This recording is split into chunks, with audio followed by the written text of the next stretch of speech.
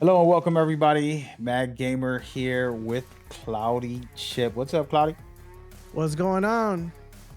So today we just finished playing about maybe 2 hours or so of HellDiver 2. Did about 5 missions or something like that, or maybe a little more.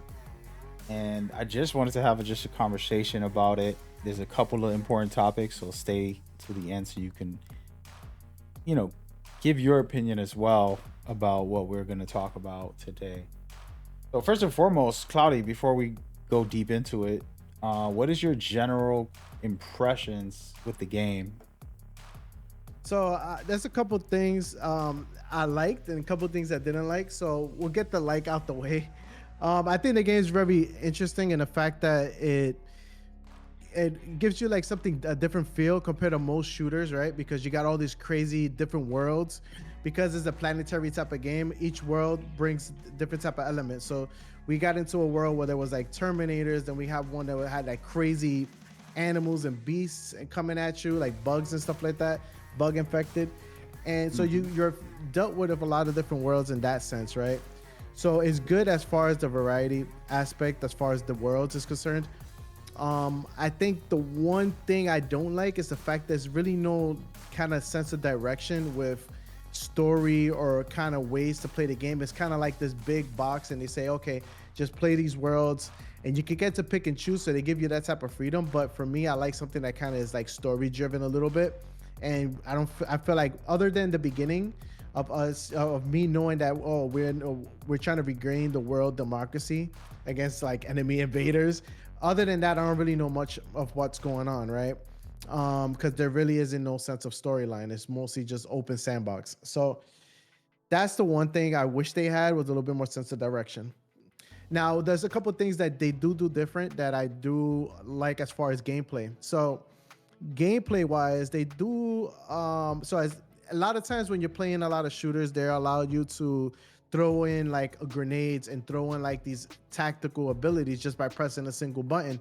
Here they kind of spice it up a notch by throwing combinations to be able to activate these type of elements in the game, to be able to have these drops come in, whether it's a machine gun being dropped in, or you being able to revive your teammate, or getting resupplied drones being dropped out at your location. A lot of that stuff has to be activated by using a button combination system that they implemented into the game, which is the first time I've ever seen it. I haven't seen it done in no other shooter before. So that's something new. Um, but the weird aspects to the gameplay that I felt was a little weird was the grenades. So like when you go to throw grenades, it's not simply just pressing one button. You have to kind of attach it with the D-pad and then throw it. It feels a little janky sometimes. I would say the running is pretty slow. When I hit the sprint button, I don't feel like I'm sprinting. I don't know whether I'm sprinting or I'm jogging, right? And there's no real big indication between the two, other than the fact that your guy tilts his head a little bit and you can kind of tell he's sprinting a little faster than normal, but you don't feel that when you're actually running around. So I wish they kind of made that different a little bit more, so like so I can tell the difference between me jogging and actually sprinting. I wish they kind of changed that up, and I hope they do. So that was like one thing I was like I didn't like at all. I was like, wow, they have to really change that, because it's like I don't know whether I'm running on. And there's moments when I'm running away from enemies, and then I'm like, yo, I feel like I'm walking, dude. So they need to speed that up a bit. So those were like that would be like my biggest take. Um, shooting is a lot of times in shooters you get a lot of more accuracy, right? So when you're shooting your gun, you feel like you can kind of move, dive, and shoot a little bit more accurately. Here it gets affected dramatically depending on if you're moving. If you side to side, your aim will be swaying side to side, even if you. So you have two cursors. One is for your sight, like when you're actually looking, and the other one moves around depending if you're The moving aim left or sway, yeah. moving right. So your aim sways dramatically depending on the weapon that you're using. So it's not as easy. A lot of times, in order to pop shots, you have to kind of stay still to get more accurate aim. But when you do that, you give the enemies, whether it's the bugs or the enemies, to kind of run towards you and crowd you, and you can get crowded pretty easily and quickly in this game and overwhelmed. So, I guess that makes for good dramatic effect, but it makes it a little tougher. And also, if you're injured, it also messes up your aim a lot. So you always have to Yeah. make sure you're not critically injured or anything like that. You always want to use your stims to be able to heal yourself up to kind of keep Mhm. it moving. So that's my whole take on the game. I like it for something, if you're just looking to get into something that's crazy and dramatic and it's like, oh my God, it's something that's different, right? And you want that feel, then go for it. If you're looking for something that's more story driven, I say stay away from it. It's not the game for you. If you're more of a story driven type of person and you kind of want something with direction, this is not it. That's my take. Gotcha. Okay. And so for me, just to add on, I kind of agree with some of that. As far as story goes, these type of games tend to have like deep lore, but you have to find it yourself. And it's like, what you're talking about is somebody wanting an actual story game. So I get you. But outside of that, which I can agree with, um, you know, I played this for the co-op anyway, so it's kind of like, hey, I'm just here to kick it with Cloudychiptv more than anything. So they're kind of giving me what I wanted in a way. And then now to complement the game, right in this specific video that I'm showcasing while I was live streaming playing it with you and recording my Let's Play, is this area just felt really nostalgic. You had all the like gloomy type of fog, and then the sky was just amazing. You see all the different vibrant colors with the darker tones. Then you have these machines that are kind of like Terminator style guys with dark red, beaming coming at you, melee ones or big machine mechs. And it was just such a special, this is the first time seeing that. And it was really nice for me. I really loved it. And I love that type of feel in video games where you can really get into it and it has a special type of experience if you know how to immerse yourself in that. I love that. And about the aiming, I'm gonna counter Cloudy here, and like we have these games where you play Call of Duty and the auto aim is so hardcore that it's embarrassing. Like you could close your eyes and still get a kill, compared to something like this where they are making it a little more challenging because there is aim sway and it's not going to be, you're going to have a magical aim snapshot everything, quick scope type of thing. So I can dig it because this is more of a strategy game and it's very strategic, and I love the friendly fire actually because it just makes people be thoughtful.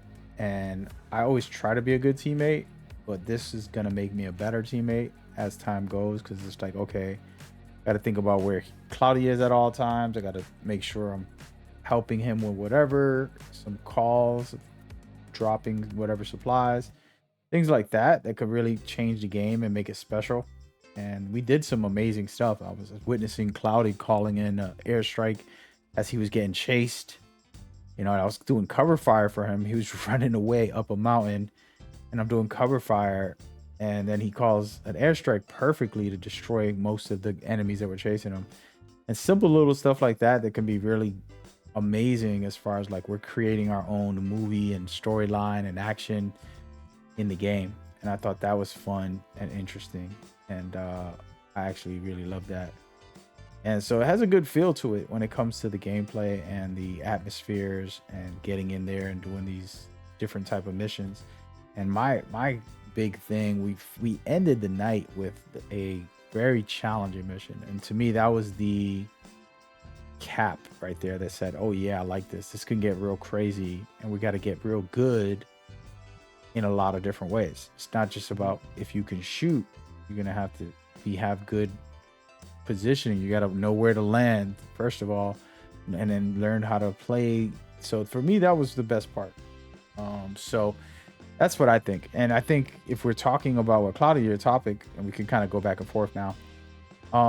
Your topic, and this is the first topic before we go with a closer in a little while, but is this something for everybody? I will, in my opinion, from your opinion, which was that very same thing, it's basically there's no story that's like, oh, this is a story-based game. It isn't. It's a co-op um galaxy. It's not even open world. It's a galaxy. So you're going to different planets, very beautiful different planets. They're well put together. It looks amazing. And I love that. And I'm cool with that if that's what I'm looking for, right? Like I wasn't looking for a story in this game, so I'm kind of digging the fact that we don't got to sit through 15-minute cutscene, right? And it's like we're just getting in, and me and Cloudy can play this literally 15-minute mission maybe, and then get in and out, and we could just have a little fun and make some episode for it, for my let's play or for whatever.